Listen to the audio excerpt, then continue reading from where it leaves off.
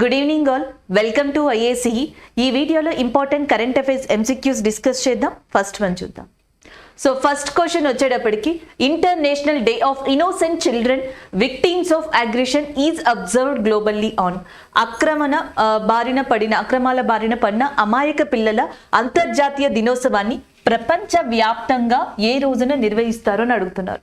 So జనరల్గా ఏంటి, మనకి June 1 వచ్చేటప్పటికి వరల్డ్ మిల్క్ డే కింద మనం కన్సిడర్ చేస్తాం. June 2 వచ్చేటప్పటికి మనకి తెలంగాణ ఆవిర్భావ దినోత్సవం, తెలంగాణ ఫార్మేషన్ డే కింద June 2 తీసుకోవడం జరుగుతుంది. June 3 వచ్చేటప్పటికి వరల్డ్ బైసికల్స్ డే కింద మనం June 3 తీసుకోవడం జరుగుతుంది.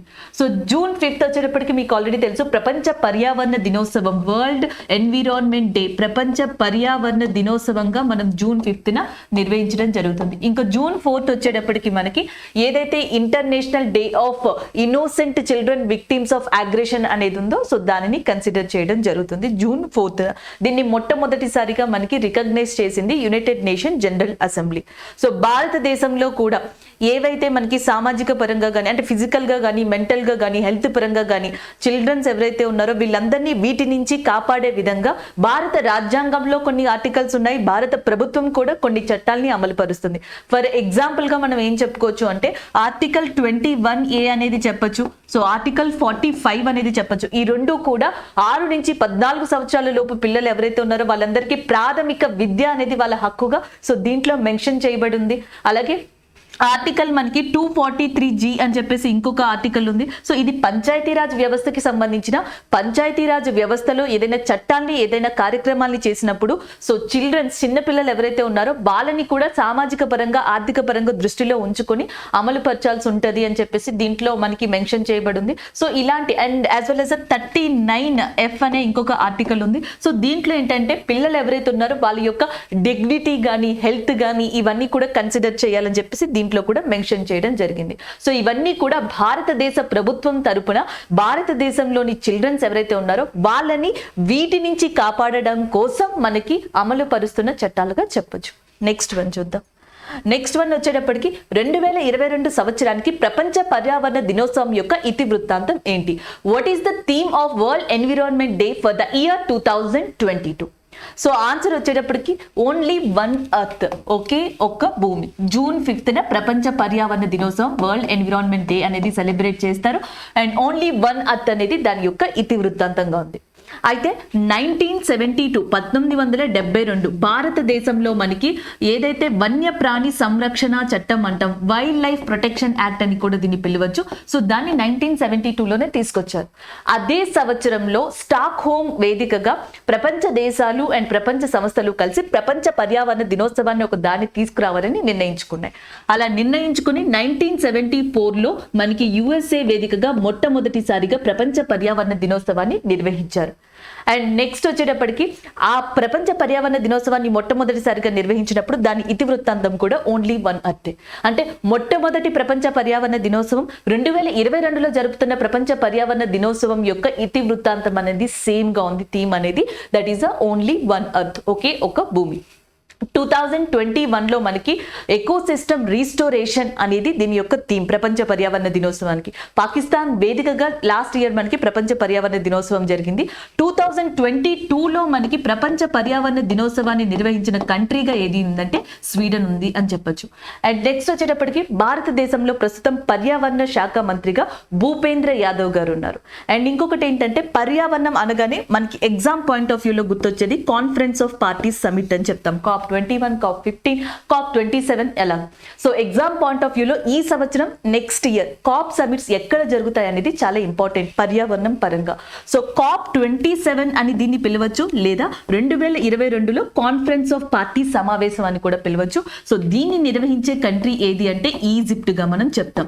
COP28 వచ్చేటప్పటికి మనకి దీన్ని నిర్వహించే కంట్రీగా మనకి UAE అనేది ఉండబోతుంది. సో COP28 2023లో జరగబోతుంది. COP27 అనేది 2022లో రానున్న రోజుల్లో జరగనుంది. సో ఇది టోటల్ గా ఇన్ఫర్మేషన్. నెక్స్ట్ వన్ చూద్దాం.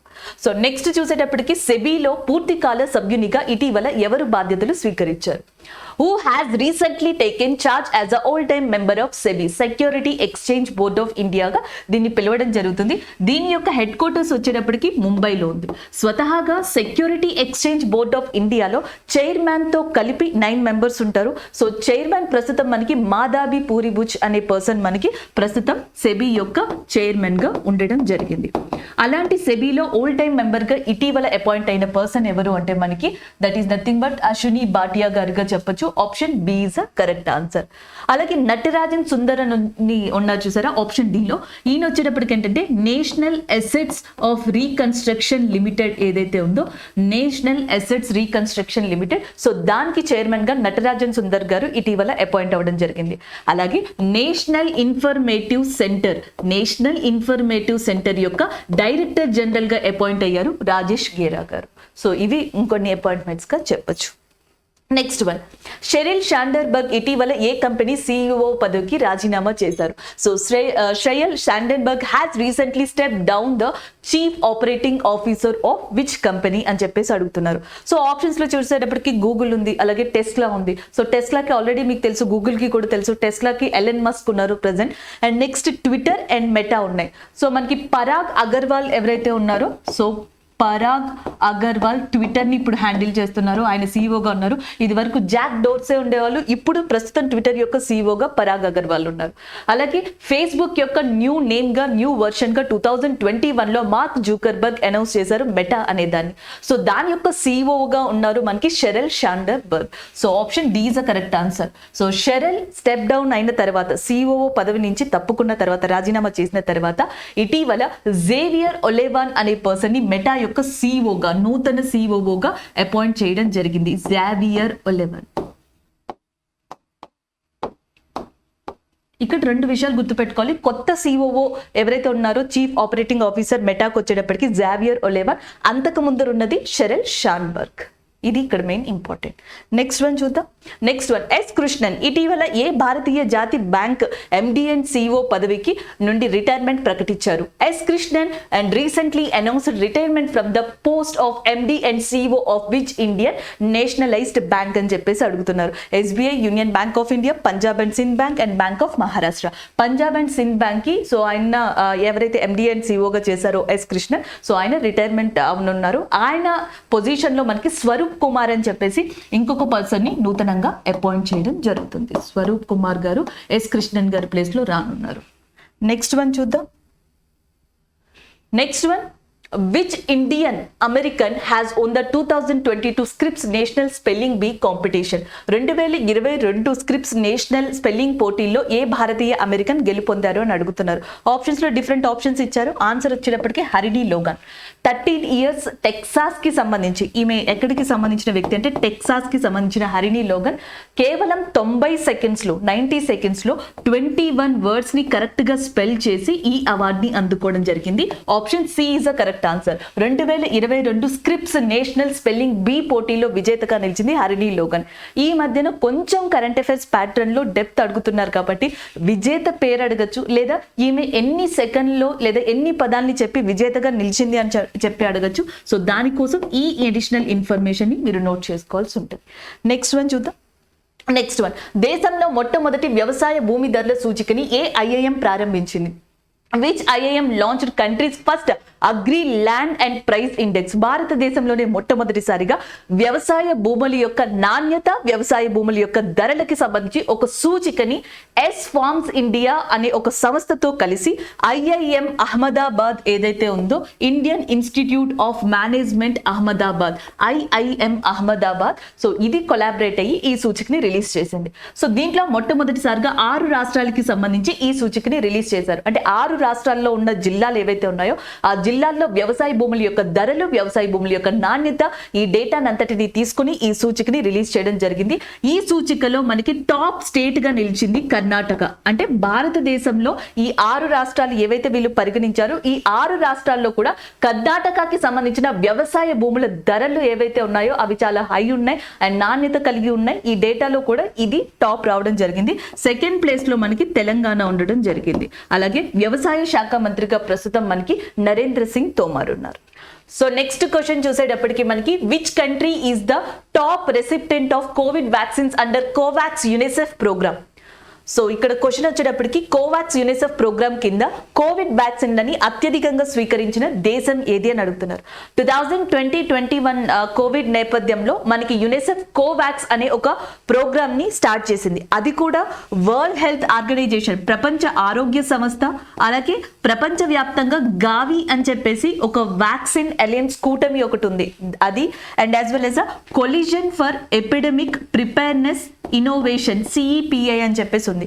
ఈ మూడిటితో కలిసి మనకి యునిసెఫ్ కోవాక్స్ అనే దాన్ని లాంచ్ చేసింది. దాని యొక్క ఉద్దేశం ఏంటంటే ప్రపంచంలోని పూర్ కంట్రీస్, పేద దేశాలు కానీ అండర్ డెవలప్డ్ కంట్రీస్ ఏవైతే ఉన్నాయో సో ఆ కంట్రీస్ లో ఎస్పెషల్లీ చిన్న పిల్లలకి, చిల్డ్రన్ కి వ్యాక్సిన్ అందించడం and as well as Covaxin ని అందించడం అనేది దాని యొక్క ముఖ్య ఉద్దేశంగా మనకి నిర్వహించడం జరిగింది. ఆ ప్రోగ్రామ్ లో భాగంగా బంగ్లాదేశ్ ఏదైతే ఉందో ప్రపంచంలోనే ఈ ప్రోగ్రామ్ కింద కోవాక్సిన్ 62% వ్యాక్సిన్ డోసెస్ ని ఈ కంట్రీ అందుకొని టాప్ పొజిషన్ లో నిలవడం జరిగింది. దానికి సంబంధించిన కరెంట్ అఫైర్. యునిసెఫ్ దాని అనుబంధ సంస్థలు కోవిడ్ వ్యాక్సినేషన్ డిస్ట్రిబ్యూషన్ లో భాగంగా కోవాక్స్ అనే ఒక ప్లాట్ఫామ్ ని స్టార్ట్ చేస్తే ప్రపంచ దేశాల్లో ఆ వ్యాక్సిన్ డోసుల్ని అందుకున్న టాప్ కంట్రీగా నిలిచింది బంగ్లాదేశ్. సో దానికి సంబంధించిన కరెంట్ అఫైర్ ఇది. అలాగే వరల్డ్ హెల్త్ ఆర్గనైజేషన్ అనేది దాని యొక్క హెడ్ క్వార్టర్స్ వచ్చేటప్పటికి జెనీవా కేంద్రంగా ఉంది. గవి యొక్క హెడ్ క్వార్టర్స్ కూడా మనకి జెనీవా కేంద్రంగానే ఉంది. అయితే centre collision for epidemic preparedness innovation ఏదైతే ఉందో సో దీని యొక్క హెడ్ క్వార్టర్స్ మాత్రం మనకి నార్వేలో లొకేట్ అవ్వడం జరిగింది. నెక్స్ట్ వన్ చూద్దాం. నెక్స్ట్ వన్, ఇటీవల కింది వాటిలో ముంబైలోని నావల్ డక్ యార్డ్ లో భారత దళ నౌకని తొలగించారు. Which of the following Indian naval ships has recently been decommission at naval dockyard in Mumbai అని చెప్పేసి అడుగుతున్నారు. INS Akshay, INS Nishank, INS Vakshit, A and B. So answer వచ్చేటప్పటికి option D is the correct answer. INS Akshay, INS Nishank ఈ రెండు కూడా దాదాపుగా 32 సంవత్సరాలు భారతదేశ నావికా దళానికి తన సేవల్ని అందించే ఇటీవల ఆ రెండింటిని కూడా తొలగించనున్నారు, డీకమిషన్ చేయనున్నారు. ఎస్పెషల్లీ INS నిశాంక్ అనేది 1971 యుద్ధ సమయంలో ఇండియన్ ఆర్మీకి, ఇండియన్ డిఫెన్స్ సిస్టమ్ కి ఇది చాలా యూజ్ అయిందని చెప్పడం జరిగింది. So option D is the correct answer. R Harikumar garu ఎవరైతే ఉన్నారో ప్రస్తుతం ఆయన ఇండియన్ నేవీ ఏదైతే ఉందో దానికి చీఫ్ గా ఉండడం జరిగింది. And next Indian Navy day వచ్చేటప్పటికి December 4th రికగ్నైజ్ చేశారు. నెక్స్ట్ వన్ చూద్దాం. క్రింది వాటిలో తప్పిపోయిన పిల్లల్ని కనుగొనడంలో సహాయపడడానికి ఏ సోషల్ మీడియా ప్లాట్ఫామ్ ని అలర్ట్ ఫీచర్ ని ప్రారంభించింది? Which of the following social media platform has launched an alert feature to help find missing children?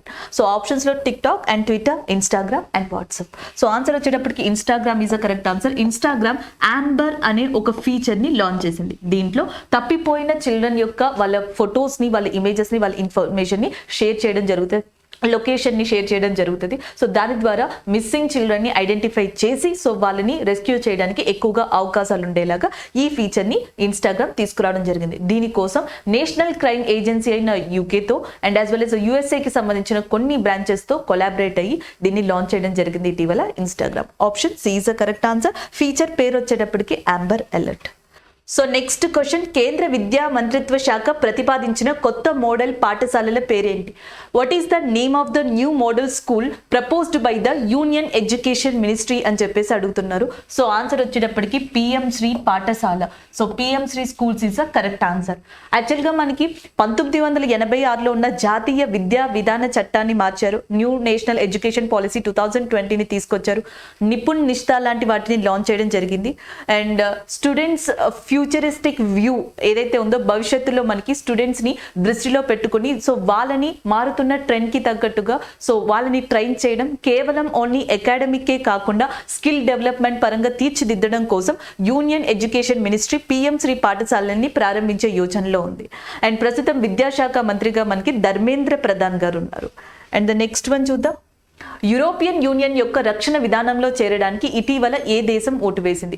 Which country has recently voted join the European union defence policy అని చెప్పేసి అడుగుతున్నారు. So answer Denmark. So Denmark ఇటీవల European union యొక్క రక్షణ విధానంలో చేరడానికి so దానికి అనుకూలంగా ఓటు వేయడం జరిగింది. Option B is the correct answer. So next one చూద్దాం. And faceless road transport office ని ఏ రాష్ట్రం లేదా ఏ కేంద్ర పాలిత ప్రాంతం ప్రారంభించింది? Which state or union territory has launched faceless road transport offices అని చెప్పేసి అడిగారు. So answer Maharashtra. సో ఇటీవల మహారాష్ట్ర మనకి ఫేస్లెస్ రోడ్ ట్రాన్స్పోర్ట్ ఆఫీసెస్ అనే వాటిని ప్రారంభించడం జరిగింది. Option C is correct answer అవుతుంది. సో నెక్స్ట్ వన్ చూద్దాం. భారతదేశం ఏ దేశంతో రక్షణ సహకారం కోసం విజన్ స్టేట్మెంట్ పై సంతకం చేసింది? India signed vision statement for the defence cooperation with which country అని అడుగుతున్నారు. ఇజ్రాయెల్. సో ఇజ్రాయెల్ తో ద్వైపాక్షిక సంబంధాలు కుదుర్చుకొని ఈ సంవత్సరంతో 30 సంవత్సరాలు కంప్లీట్ అవుతుంది. Israel and India completed bilateral relations of 30 years. So ఆ సందర్భంగా and as well as future లో కూడా ఎయిర్ ఏవైతే ఉన్నాయో మనకి ఎయిర్ మిసైల్స్ కానీ లేకపోతే next different kind of new technology missiles కానీ సో వీటిని ఇంకా అభివృద్ధి చేసే విధంగా ఇజ్రాయెల్ తో ఇటీవల ఇండియా రక్షణ సహకారం కోసం విజన్ స్టేట్మెంట్ పై ఒప్పందం కుదుర్చుకోవడం జరిగింది. అది కూడా మనకి డిఫెన్స్ మినిస్టర్ రాజ్నాథ్ సింగ్ గారి యొక్క ఆధ్వర్యంలో. నెక్స్ట్ వన్ చూద్దాం. సో నెక్స్ట్ వన్ 2023 నుండి ఏ దేశం యూరో కరెన్సీని స్వీకరించడానికి సిద్ధంగా ఉంది? Which country is set to adopt the euro currency from 2023? That is Croatia. Option B A is a correct answer. So next year నుంచి క్రొయేషియా యూరో అనే కరెన్సీని అడాప్ట్ చేసుకోవడానికి సిద్ధంగా ఉన్నట్లు ప్రకటించింది. Option A is a correct answer. Thank you.